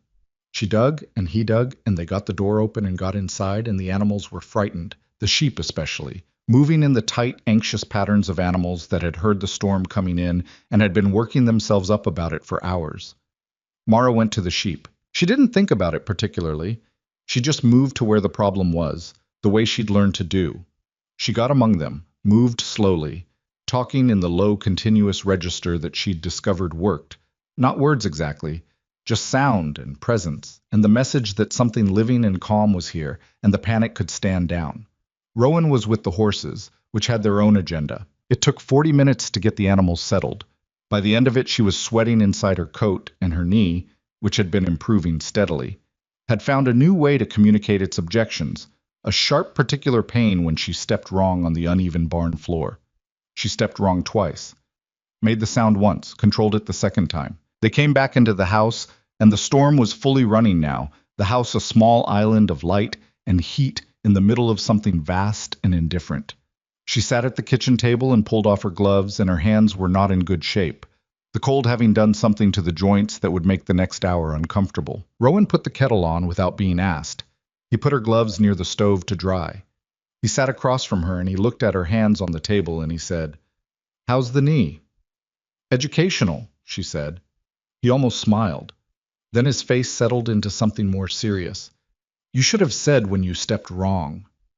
We were managing the animals. I heard you the first time, not the second." He looked at her steadily. "You don't have to manage what hurts in front of me." She met his eyes. His kitchen was warm and the storm was loud outside, and they had been living in the same house for 3 months, and she understood him considerably better now than she had in November. And what she saw in his face was not pity and not performance. It was something more uncomfortable than either. "I'm not good at that," she said. "I know," he said. "Neither am I." He put his hands flat on the table. "I'm working on it." She looked at his hands. She looked at her own. The storm pushed hard against the west wall, and the lantern swung slightly on its hook and steadied. "Your father," she said. "He was sick at the end." Rowan didn't move. "Yeah. You took care of him. Tried to. And after, you were alone for 3 years, he said. "A little more." She nodded. She thought about a man alone on a mountain for 3 years with only the mountain to talk back, and the specific shape that kind of solitude carved into a person, not hollowing them out, but compressing something inward, making it dense and hard and very quiet. "I'm not going to be easy to be married to," she said, because it was true, and she believed in telling true things. "I have my own. I have edges. I don't always know when I'm being difficult versus when I'm just being myself." "Neither do I," he said. "I know." She paused. "But you left a light on," she said. "That first night, after the landholders met. You left the lamp burning in the kitchen." He was very still. "I noticed," she said. He looked at the table. His jaw moved. And then he looked up. And what was in his face was not the compressed, careful thing she'd grown accustomed to, but something more open, more unguarded, and more human. The face of a man who had been trying to hold himself at a distance from something, and had finally run out of ground to stand on. "I didn't want you coming in from the cold to nothing," he said. "That's all it was." "I know that's all it was," she said. "That's why I'm telling you I noticed." The storm ran all night. They sat in the kitchen for another hour, and then another, not because there was more to do, but because neither of them moved to end it, and the conversation moved through things neither of them had said to another person in a long time. Not dramatic things, not confessions, just the real texture of two lives that had been shaped by hard circumstances and were now, improbably, in the same room on the same mountain in the same storm. At some point, Fletcher came and lay down between their chairs, and Dunn took the floor near the stove, and the lamp burned low, and Mara got up to trim it, and Rowan got up to put more wood in the stove, and they were briefly in the same small space of the kitchen, and she was aware of the proximity and the warmth and the specific reality of him. Not the idea of him she'd been constructing from details, but the actual person, close enough that she could see the tiredness around his eyes, and the way his hair was doing something unruly from the hat he'd been wearing, and the fact that the storm had put a redness along his jaw from the cold. I was looking at her. She said, "You should sleep. If the storm breaks tomorrow, we'll have a full day of it." "You should sleep too," he said. "I will." She didn't move immediately, neither did he. Then she said, "Thank you for going to Harmon Falls for the lawyer." She paused. "For choosing this." He knew she didn't mean the lawyer. She watched him know it, watched it move through him. "I saw you get off that wagon," he said quietly, "and I saw everyone looking at you the way they were looking, and I thought—" He stopped, tried again. "I thought that was someone who'd been looked at that way for a long time and hadn't let it make her small." He held her eyes. "I was right about that." She didn't say anything. There wasn't anything to say that the silence didn't already hold. She went to bed. He went to the loft. The storm kept going, and somewhere in the dark, dense heart of that February night, the thing that had been building between them since a frozen November morning in Coldridge, since 5 words spoken to a crowd, since a woman got down off a wagon into mud and kept going, settled into something that had the weight and permanence of the mountain itself, not finished. Nothing real was ever finished, but real, unmistakably, in the way the most important things were real, not because they were easy, but because they held. The February storm left 3 feet of new snow and a silence so complete it had texture. Mara stood at the kitchen window the morning after and watched the light come up over the eastern peaks.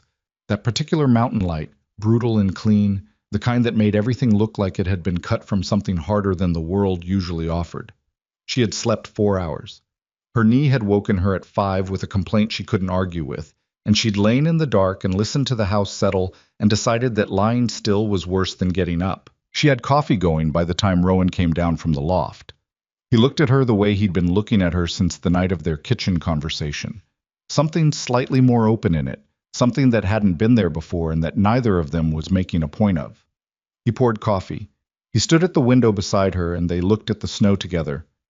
"Barn roof held," he said. "I heard it holding. It was loud about it. It always is." He drank his coffee. "We need to check the east fence line. Storm hit hard from the northwest. That corner section I reset last week may have gone again." "I'll go after the animals." He looked at her sideways. "Knee is functional," she said, which was not entirely dishonest if you defined functional broadly enough. "I'll take it slow." He didn't argue. He'd learned over these months that arguing with her about what she could handle was a poor use of his energy, and she'd learned that accepting help when it was offered without making it a statement was better than the alternative. They were still learning both things, imperfectly, with friction, but they were learning. The morning's work was what it always was after a major storm, systematic, physical, and without margin for distraction. She did the animals. He did the roof assessment. They met at the east fence and found what he'd predicted. The northwest corner section down again, the post not broken this time, but tilted out of true by the wind loading on the wire. They fixed it in the cold, working alongside each other in the particular rhythm they'd built over months of this. She held the post while he drove it. He held the wire spool while she tensioned. Her hand stopped working properly around the 3rd section, and she switched to using her palm instead of her fingers for the tension check, which was inelegant but effective. And Rowan watched her adapt without commenting, which was his version of respect. By midday the fence was holding, and they were back in the kitchen with the heat on full and the kind of hungry that came from 5 hours of hard physical work in deep cold. It was while she was making something out of the dried provisions, salt beef, the last of the potatoes, some dried herbs she'd brought up in October that were losing their argument with time but still had something left in them, that the rider came. She heard the horse before she saw it, coming fast from the lower trail, which was unusual enough that she went to the window. Rowan was already at the door. The rider was young, a boy she recognized from Coldridge, one of the garrison hands, maybe 16. He pulled up hard, and the horse was breathing heavy from the pace he'd pushed it up the mountain road. "Mr. Creed," the boy said, and his voice had the breathless quality of someone carrying something urgent. "Mr. Garrison sent me. There's men at Pell's place. 3 of them. Came in this morning. They've got papers." Rowan was already reaching for his coat. "What kind of papers?" "Eviction papers, is what Mr. Pell says. Something about a prior lien discharged improperly. His wife came to Garrison's place on foot through the snow." The boy swallowed. "Mr. Pell wouldn't let them in the house, and they're camped on his land and saying they'll be back with a sheriff's deputy by tomorrow." Mara had her coat on. Rowan looked at her. She looked back. "Pell's lawyer filing," she said. "Did it go through?" "Should have." Ruth was coordinating. Should have isn't did. She was already thinking through it. The timeline, the filing dates, what Ruth had said in her last note about the supplementary documentation. Pell's property was on the northeastern slope, furthest from Harmon Falls, and his filing had been the last one submitted because of the travel difficulty. If there had been a delay, if Aldrich's people had moved faster than expected, filed their challenge before Pell's supplementary documentation was on record at the county seat. "I need to get to Pell's," Rowan said.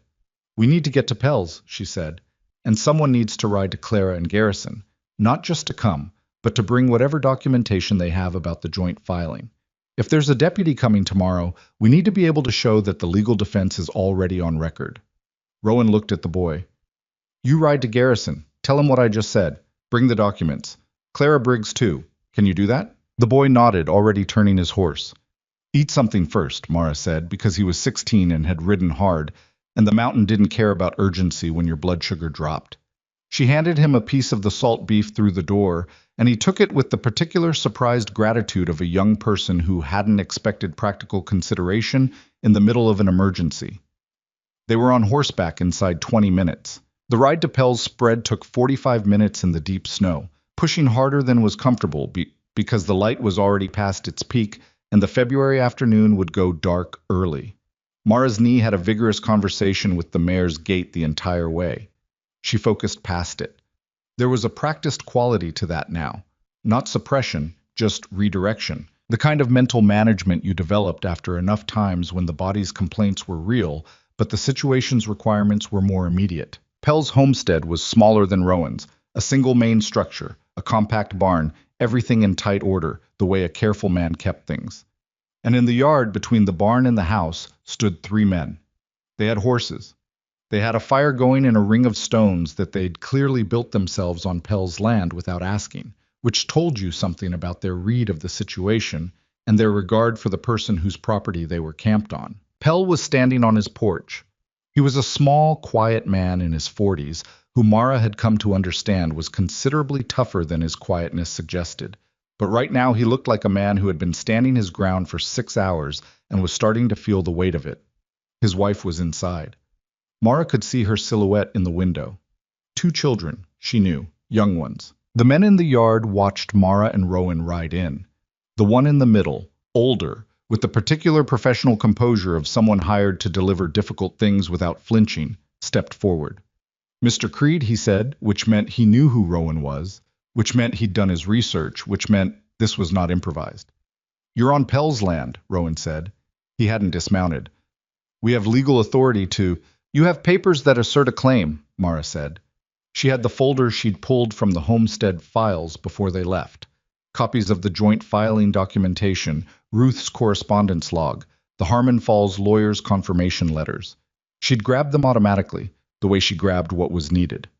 "That's not the same thing as legal authority. Can I see the papers you served Mr. Pell?" The man looked at her.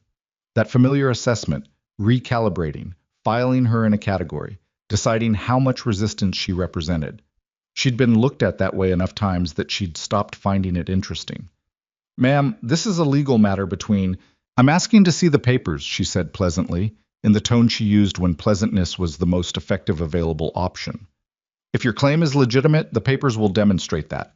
If you're not willing to let someone read them, that tells us something different." A beat. Then the man reached into his coat and produced a document. He held it out to her.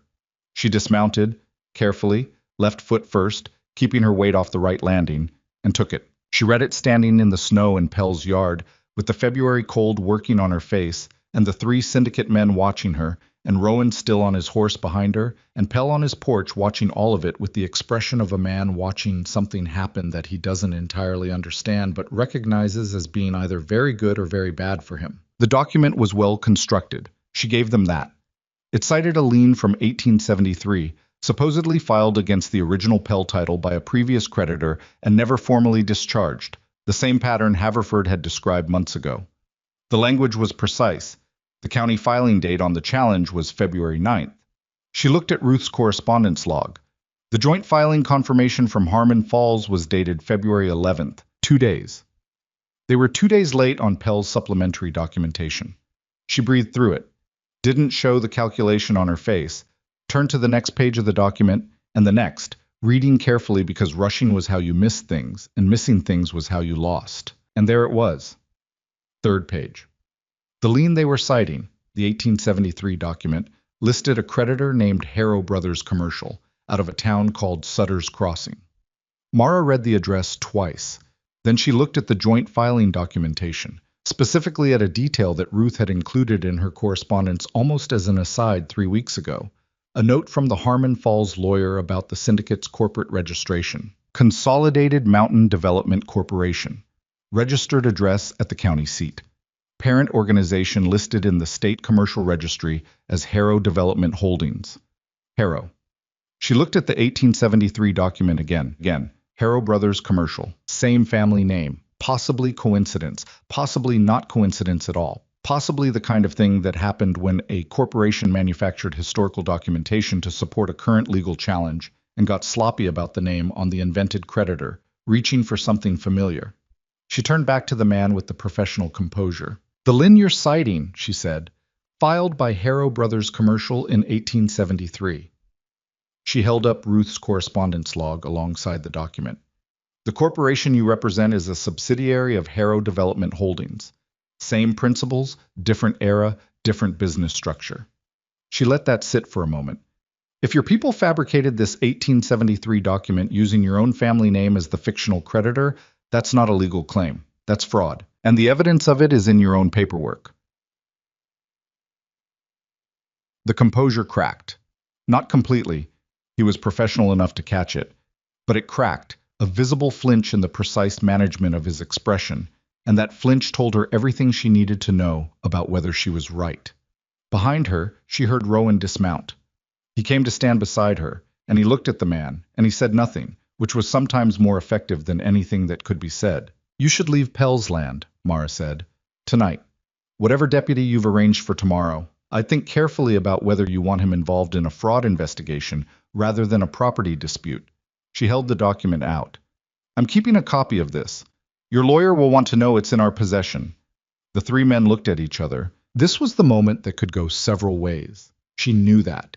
She stood in the snow and kept her breathing even, and didn't show the part of her that was running through what happened if they didn't leave, if they pushed back, if the situation became something physical rather than legal.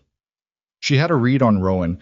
He was still and ready in the specific way of someone who had made all the decisions he needed to make about how far he would go and was waiting to find out if he had to go there. She hoped he didn't have to. The lead man took his document back. He looked at Mara for a long moment, with something that was not quite anger and not quite respect, but had elements of both. We'll be in touch through proper legal channels, he said. That's where we'll be, she said. They broke their camp. It took 20 minutes, done in the particular pointed silence of people registering a loss without admitting it. Their horses went down the mountain road and disappeared into the trees, and the sound of them faded, and Pell's yard was quiet. Pell came down off the porch.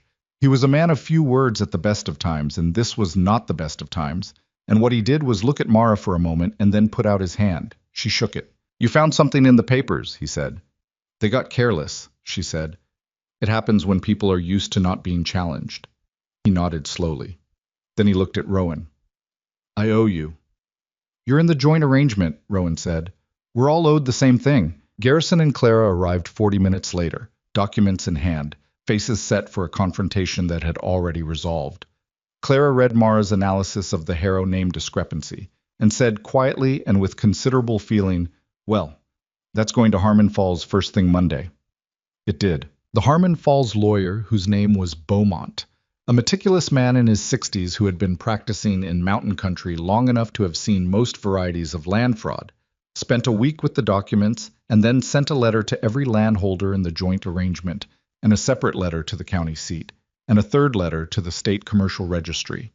And what happened after that happened slowly, the way legal things happened, without drama or clarity on any particular day, but accumulating over weeks into something definitive. The Consolidated Mountain Development Corporation withdrew its challenges in late March. All of them. No statement, no explanation. Just a series of formal withdrawals filed at the county seat, the legal equivalent of picking up and leaving in the night. Beaumont said he suspected the Harrow name connection had opened questions they weren't prepared to answer in front of a state investigator. He also said that proving manufactured historical documentation would have taken a year of litigation they might or might not have won, and that the withdrawal was the better outcome even if it was unsatisfying. Mara thought it was satisfying enough. Aldrich left the Coleridge Inn without anyone seeing him go. Habershaw did not attend the settlement meeting in April, where the joint legal arrangement was formally concluded and the pooled funds were redistributed to cover documented costs. Nobody went to Habershaw's barn to confront him. Nobody needed to. A man who has shown the people around him what he is when tested lives inside that knowledge every day, and that is its own accounting. The settlement itself. Coleridge, the Lower Valley, the community that had laughed at a woman stepping off a wagon in November, had a harder reckoning. It didn't happen in a day. Communities didn't reckon with themselves in days, they did it in the accumulation of small moments, in the way people adjusted their behavior without ceremony or announcement, in the things that stopped being said out loud because the ground had shifted underneath them. Darlene Voss was the first, which surprised Mara more than almost anything else in the spring that followed the long winter. She came up the mountain in April, which was itself remarkable. Darlene had no business at the Creed homestead, and both of them knew it. She arrived on a Monday morning, and Mara was in the yard mending a section of the chicken coop roof when the horse came through the trees, and she stood up and looked at Darlene Voss. And Darlene Voss looked at her. "I heard what you did," Darlene said from the saddle, "at Pell's place, and the meeting that started it." Mara waited. "I've said things," Darlene said. The words came out with the particular difficulty of words that had been sitting in someone's throat for a while. "When you arrived. Things I'd not say now."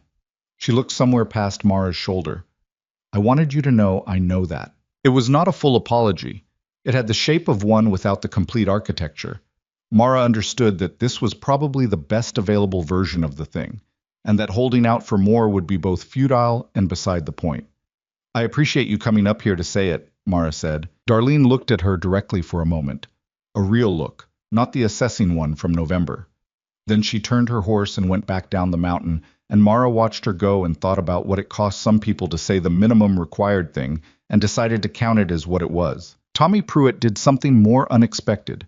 He appeared at the general store on a Saturday when Mara was in for supplies, and he walked up to her directly, in front of his father and two other people, and said, "Mrs. Creed, I was rude to you back in November. I'm sorry for it."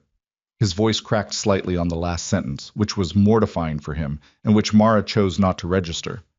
"My dad said I ought to say it." "Your dad's right," she said. "Thank you, Tommy." Walt Pruitt caught her eye from behind the counter. He gave a small nod. She gave one back. That was the whole of it. Clara Briggs came to dinner at the homestead in May and stayed 3 hours and left with a bottle of the preserves Mara had been experimenting with since February. She said at the door, "You should know that when Haverford told me about you, before I met you, I expected something different." She said it with the directness that was her particular quality. "I'm glad to have been wrong." "What did you expect?" Mara asked. "Someone surviving," Clara said. "Holding on, getting through." She pulled on her gloves.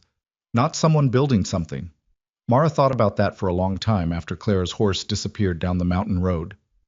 Building something. She hadn't named it that way, even to herself. She'd been thinking in the short units that hard circumstances trained you to think in. Today's problem, this week's problem, this winter's problem. But Clara was right. Mara looked at the homestead in the May light, the garden beds she'd started breaking ground on, the chicken coop that was actually keeping chickens alive at altitude, the barn repair completed in March, the notebook now filling its third volume with maps and records, and the specific intelligence of a place learned through months of paying attention. And she understood that something had been built, was being built, would need to keep being built, imperfectly, with setbacks, through seasons that would be harder than expected and some that would be easier. That was what building was. It wasn't an event. It was a decision that had to be remade every day. She found Rowan in the barn. She often found him in the barn in the later afternoon, the part of the day when the work had a particular quality of settling, the animals fed and calm, the light coming low through the gaps in the boards. He was doing something with the harness she'd seen him working on for weeks, and she came and sat on the hay bale nearby, and he kept working, and neither of them said anything for a while. "Clara says we're building something," she said eventually. "Clara's perceptive," he said, without looking up. "Do you think she's right?" He set down the harness. He looked at her, and the light was low and kind, and she could see the exhaustion in his face. That was the good kind of exhaustion, the kind that came from a day of real work, rather than a day of surviving. She could see the gray at his temples that she'd stopped noticing because it had become simply part of what he looked like. She could see the thing in his eyes that she'd learned to read over a winter and a spring of daily proximity, the particular quality of his attention when it was fully on her, which was not like anyone else's attention she'd experienced. It asked nothing and held nothing back. "I think we're building something," he said. "It's not finished," she said. "No," he agreed. "Long way from finished." "And there'll be another winter," she said. "And the northeastern boundary is still legally ambiguous. And the animals are more work than I estimated. And I still don't entirely know what I'm doing half the time." "You know what you're doing more than that," he said. "More than half. Less than I'd like." "That's everyone," he said. "That's all of it, really. Nobody knows what they're doing as much as they need to. The ones who survive are the ones who keep going anyway." She looked at him. He was not a man who said things like that casually. He'd meant it, had been carrying it for a while, and had found the moment for it. She thought about a woman in Clement Falls who had read an ad in the back of a publication and spent 3 weeks arguing with herself. She thought about a frozen November morning and mud and laughter and 5 words that silenced a crowd. She thought about the distance that had been between them in the beginning, not hostile, just vast. 2 people who had learned wariness as a survival skill and were slowly, carefully, with regular setbacks and miscommunications, and moments that were hard and some that were almost funny, learning something different. "I didn't come here because I was desperate," she said. It was something she'd never said out loud to him, though she'd said it in her head 100 times. "I know," he said. "I came because I wanted somewhere I could be something else than what people already decided I was." "I know that too." "Do you know why you sent for me?" she asked. Not an accusation, a genuine question, the kind she'd been carrying since November and hadn't found the right moment for. He picked up the harness again, but he wasn't really looking at it. "I wrote to 4 different women," he said, "over a year. 3 of them. I could tell from their letters that they'd be here because they needed to be somewhere. Not that that's wrong. I understand necessity." He turned the harness in his hands. "Your letter was different." "How?" "You told me what you couldn't do," he said. "People trying to sell themselves don't do that. You said you'd never done serious high-altitude work, and you weren't expecting to be saved." He glanced up.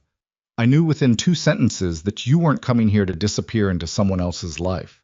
You were coming to have your own." He set the harness down. "I thought I could work alongside someone like that. I didn't know if I could work alongside anyone else." She sat with that for a moment. The barn was warm with animal heat and the last of the afternoon, and outside the mountain spring was happening. The real one, not the tentative starts and retreats of March, but May's full commitment, the snow pulling back from the southern slopes to reveal ground that had been waiting underneath it all winter. "You were right about being able to work alongside me," she said. "Yeah," he said, "I was. Don't get smug about it." The laugh, the real one, the 3-second one she'd first heard months ago at the kitchen table, came out fully this time and lasted longer. It changed his whole face. She'd been accumulating those moments all winter, and they still caught her off guard each time, the abrupt realness of him when the careful distance dropped. "I'm not smug," he said. "I'm relieved." "Those are sometimes the same thing." "Mara." "What?" He looked at her across the barn, in the last of the light. "I'm glad you got off the wagon," he said, "is what I'm saying." She thought about the moment she'd sat on the wagon bench and considered telling Carver to turn around. She thought about what would have been lost.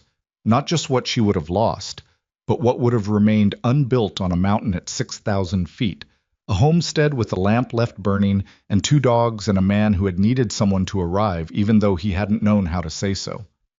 So am I, she said. The summer came the way mountain summers came, briefly, intensely, with a generosity that felt almost aggressive after the long winter. The garden produced better than expected. The barn roof held through the July rains. The legal documentation on the 3 title sections was finalized in August, Beaumont's letters arriving at the homestead with the specific satisfying weight of closed matters. The northeastern boundary was resolved through a resurvey process that cost money and time and patience, and ended with a legal description that would stand up to scrutiny. The mountain settlement's attention moved on to other things, the way attention did. New dramas, new difficulties, the endless work of survival in a place that didn't offer forgiveness for inattention.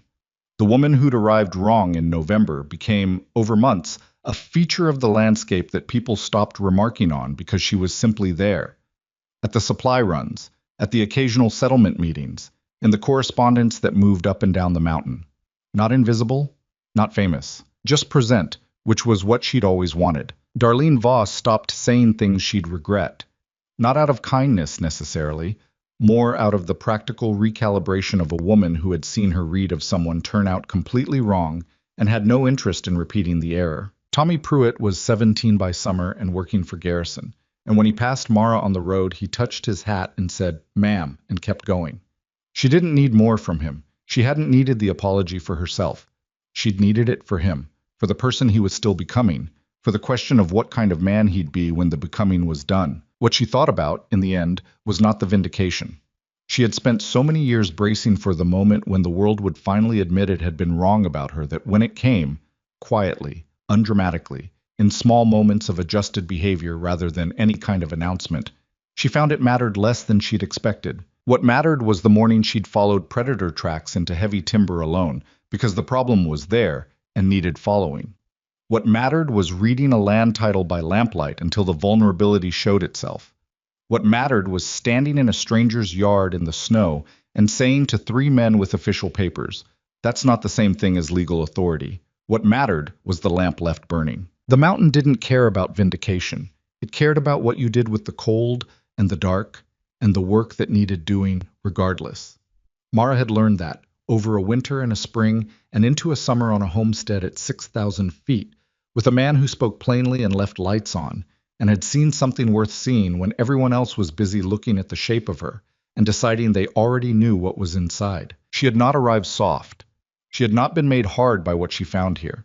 She had arrived exactly as she was, all the edges, all the weight, all the history of being looked at wrong, and the mountain had not cared about any of it.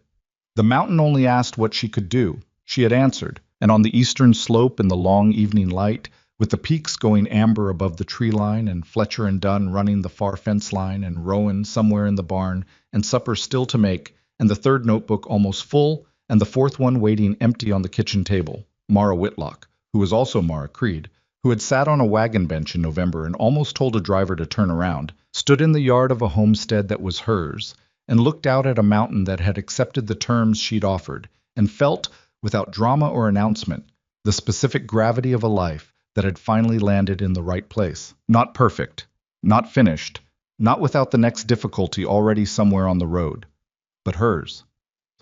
Fully, unmistakably, and at last, hers.